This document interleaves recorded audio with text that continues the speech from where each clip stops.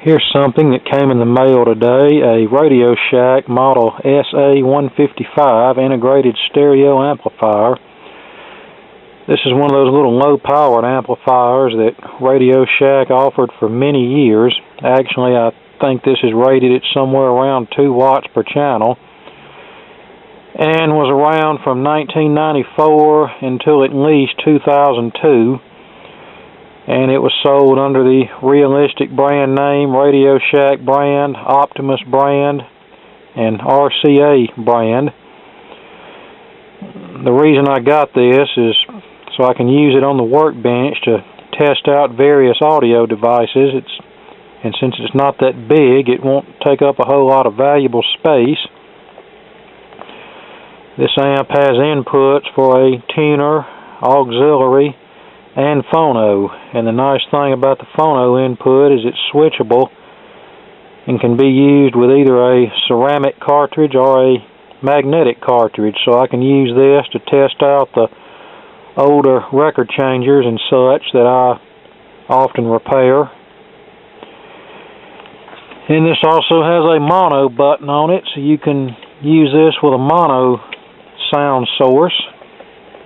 We've got controls for tone, balance, volume, and the input selector, as well as a front-mounted auxiliary jack. I believe when the front-mounted jack is used, it automatically disables the RCA jacks on the rear. Now we'll look at the back side of this.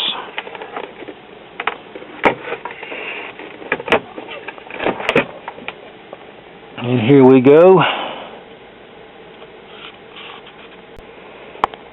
Here's the jack panel. We have our phono jack with our ceramic and magnetic input selector, CD, tape, MP3, tuner, tape out, and speakers. And also remember a matching tuner that could be purchased. I think it was a model TM-155 or something like that. And there was also a small standalone cassette deck that you could buy for this. Now this amp was made in China. The earlier ones were made in Thailand, I believe. And it also uses the later style power cord.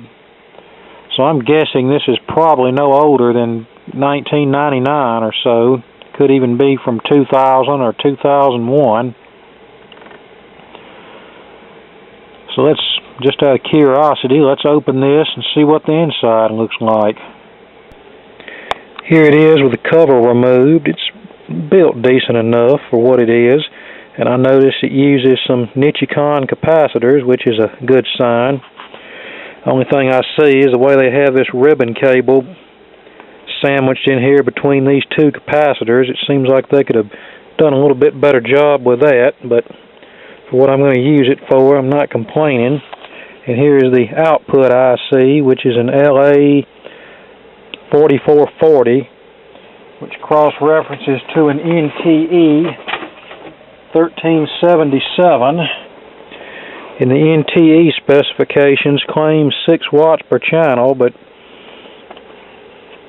yeah, I think this would be a pretty decent little amp for what it is.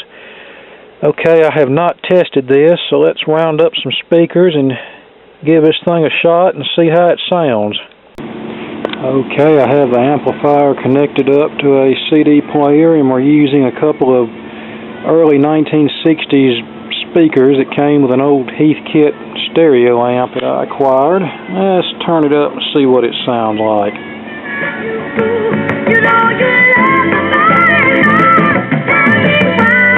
Not bad at all.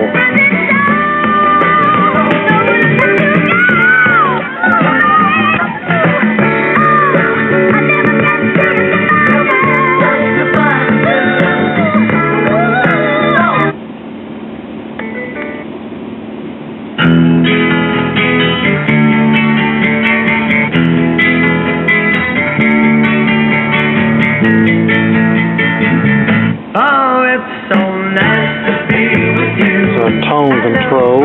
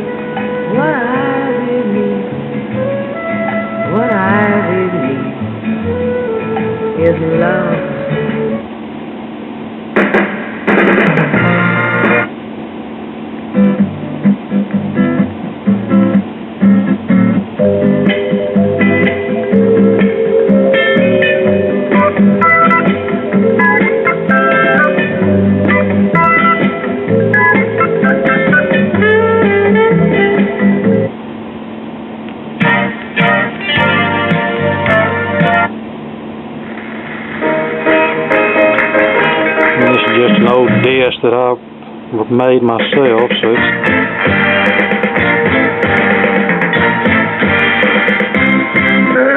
we interrupt this record to bring you a special bulletin. Superfly is missing. Good God! We now take you to our on-the-spot reporter. I have several witnesses here with me. Sir, when was the last time you saw Superfly? It was the 3rd of September. And you, sir, can you describe the suit Superfly was wearing? Red, yellow, black, white, and brown. And okay, let's try it on the tuner input and see. Okay, here we are on the tuner input, and that works. Obviously, a CD player and a tuner would have the same line level output.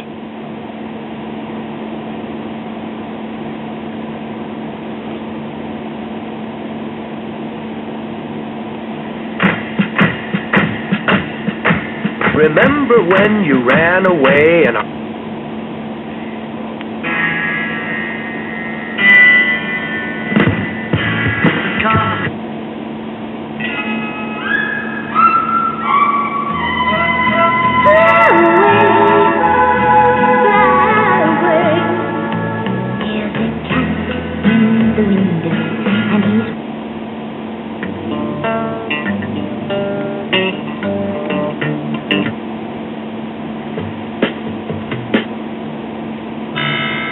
Okay, that's good. So let's go dig up a turntable and see if that input works. Out there, it's summertime. Yeah, this is the kind of music I'd be playing on my oldies station. Let them laugh, let them cry.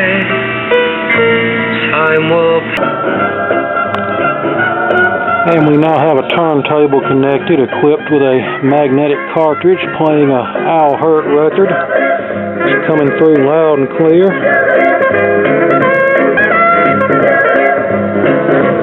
Now we'll try it with a ceramic cartridge equipped turntable. And here we are using a ceramic cartridge-based turntable, a Magnavox Micromatic. I actually have the output of the turntable running over here to the amplifier. It's working quite well.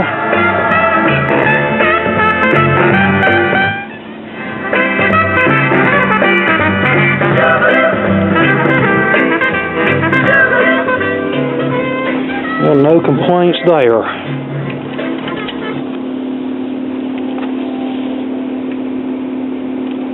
And there you go, my newly acquired Radio Shack SA-155 stereo amplifier.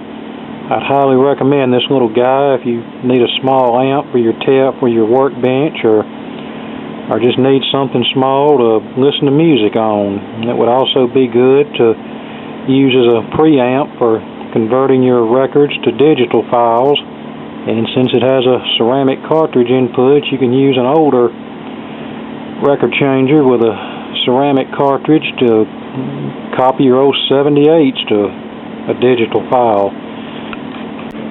And when I get ready to mount this on my workbench, I'm going to make an external jack panel for this, so I won't have to constantly be plugging into the jacks on the rear of the set.